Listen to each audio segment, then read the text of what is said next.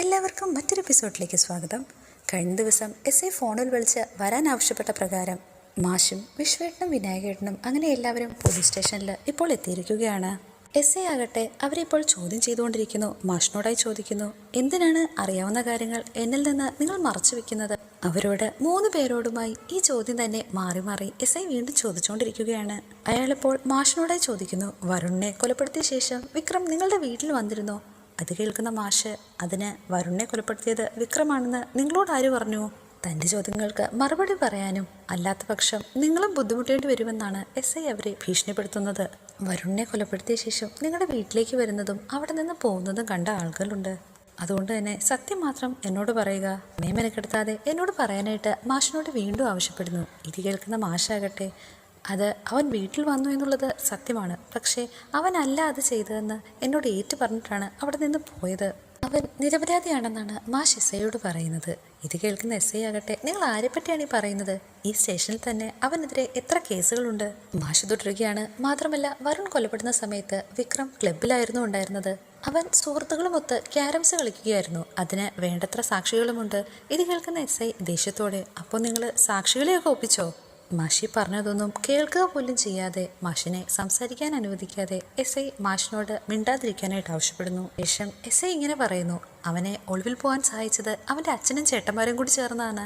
ഇത് കേട്ടപാടെ ദേഷ്യത്തോടുകൂടി മാഷ്, ഏതൊക്കെ ആളുകളുടെ കയ്യിൽ നിന്ന് പണം വാങ്ങി ഇങ്ങനെയൊക്കെ പ്രവർത്തിക്കാൻ നിങ്ങൾക്ക് നാണമില്ലേ എന്ന് എസ് ഐയോട് ദേഷ്യത്തോടുകൂടി ചോദിക്കുന്നു. ഇതിനുള്ള മറുപടി എന്നോണം എസ് ഐ മാഷിന്റെ മുഖത്ത് ആഞ്ഞടിക്കുന്നു.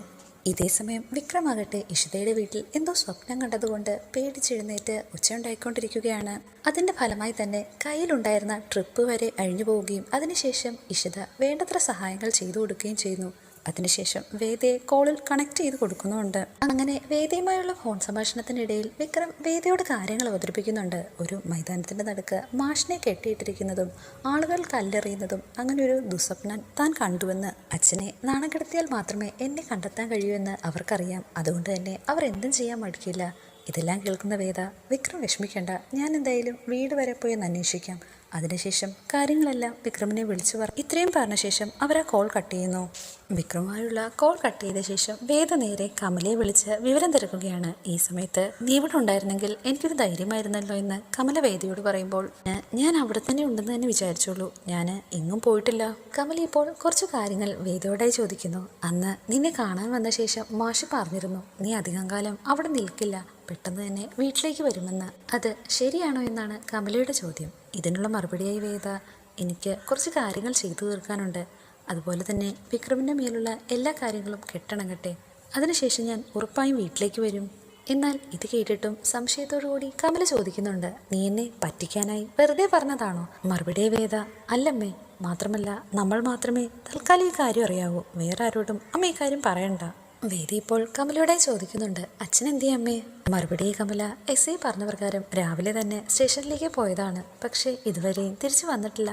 മാത്രമല്ല ഞങ്ങൾ 3 പേരും മാറി മാറി വിളിച്ചു നോക്കുകയും ചെയ്യുകയുണ്ടായി.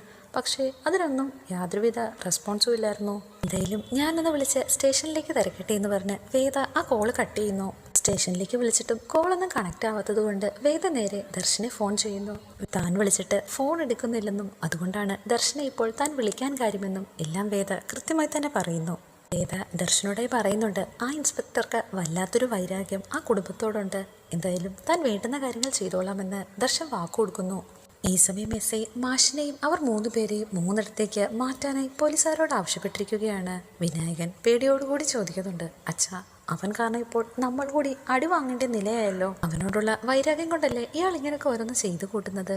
ഇതിന് മറുപടിയായി മാഷ്, അവനോടുള്ള ഈ വൈരാഗ്യത്തിനൊരു പങ്ക് നിനക്കും കൂടി ഇല്ലേ? നീയും അതിന് ഓരോന്നൊക്കെ ചെയ്തു കൂട്ടിയിട്ടില്ലേ? മൂവരും ഇങ്ങനെ സംസാരിച്ച് നിൽക്കെ തന്നെ എസ് ഐ അവരെ എല്ലാവരെയും അടിക്കാനായി വടിയുമെടുത്ത് ഒരു ലോക്കപ്പിലേക്ക് അവരെ ഓരോരുത്തരായി കയറ്റുന്നു. ആദ്യം വിനായകന്റെ ഊഴമായിരുന്നു. വിനായകനെ എസ് ഐ നന്നായി തന്നെ ഉപദ്രവിക്കുന്നു. വിനായകനെ വളരെ ക്രൂരമായി മർദ്ദിക്കുന്നത് നോക്കി നിൽക്കാൻ മാത്രമേ മാഷിനും വിശ്വേട്ടനും കഴിയുകയുണ്ടായിരുന്നുള്ളൂ. അവനെ അടിക്കരുതെന്നും അവനൊന്നും അറിയില്ലെന്നും മാഷും വിശ്വേട്ടനും പല ആവർത്തി എസ് ഐയോട് പറയുന്നുണ്ട്. പക്ഷേ അയാൾ അതൊന്നും കേൾക്കാൻ കൂട്ടാക്കുന്നില്ല. ഒരു നേരത്തെ ഉപദ്രവത്തിനൊടുവിൽ വിനായകനെ അവശനാക്കിയ ശേഷം എസ് ഐ വിനായകനെ പുറത്താക്കി ശേഷം വിശ്വേട്ടനെ അകത്തേക്ക് കൂട്ടിക്കൊണ്ടുപോകുന്നു. ഇതെല്ലാം കണ്ട് നിസ്സഹായനായി നിൽക്കുകയാണ് സുധാകരൻ മാഷ്. തന്റെ മുമ്പിൽ പെട്ടെന്നുണ്ടായ ഈ കാര്യങ്ങളെല്ലാം കണ്ട് മാഷ് ആകെ തകർന്നിരിക്കുകയാണ്. വിനായകനും വിശ്വേട്ടനും പക്ഷേ മാഷിനെ ആശ്വസിപ്പിക്കാൻ ശ്രമിക്കുന്നുണ്ട്. തന്നെ അവർ ക്രൂരമായി മർദ്ദിച്ചെങ്കിൽ പോലും അച്ഛനെ ആശ്വസിപ്പിക്കാനായി വിശ്വേട്ടൻ തനിക്കൊന്നും സംഭവിച്ചില്ലെന്നും തന്നെ അവർ ഒന്നും ചെയ്തില്ലെന്നും വെറുതെ പറയുന്നു.